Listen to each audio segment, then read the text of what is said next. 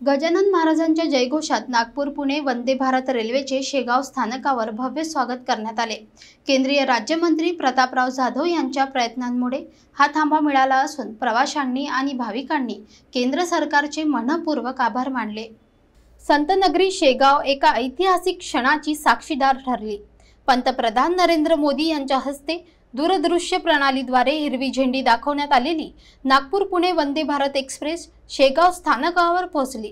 केंद्रीय राज्यमंत्री प्रतापराव जाधव यांच्या प्रयत्नांमुळे हा थांबा मिळाल्याने स्थानिक नागरिक आणि भाविकांमध्ये आनंदाचे वातावरण होते। स्थानकावर गजानन महाराजांच्या जयघोषात रेल्वेचे स्वागत करण्यात आले। प्रतापराव जाधव यांनी स्वतः उपस्थित राहून प्रवाशांशी संवाद साधला आणि त्यांना शुभेच्छा दिल्या।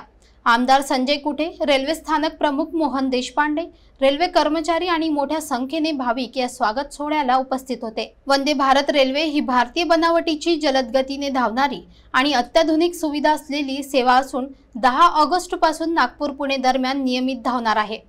यामुळे नागपूर आणि पुणे या दोन महत्त्वाच्या महानगरांमधील प्रवासाचा वेळ लक्षणीय कमी होणार आहे। शेगाव हे संत गजानन महाराजांचे प्रमुख तीर्थक्षेत्र असल्याने देशभरातून लाखो भाविक येथे येतात। पुणे आणि नागपूर मार्गे देश विदेशातून येणाऱ्या भक्तांना आता अधिक सोयीस्कर रेल्वे सेवा उपलब्ध झाली आहे। प्रवाशांनी आणि भाविकांनी यासाठी पंतप्रधान नरेंद्र मोदी आणि केंद्र सरकारचे आभार मानले।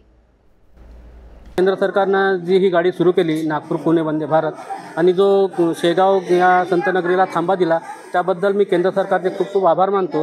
धन्यवाद। प्रत्येक महिन्यालाच वारी करते गजानन महाराजची, पण आजपासून जी वंदे भारत सुरू झालेली आहे त्याकरता गजानन महाराजचे एक भक्त म्हणून सरकारचे खूप आभार आहे। संत गजानन महाराजाच्या दर्शनासाठी येणारा भक्तवर्ग असेल यांच्यासाठी निश्चितच ही एक आनंदाचा आजचा क्षण होता।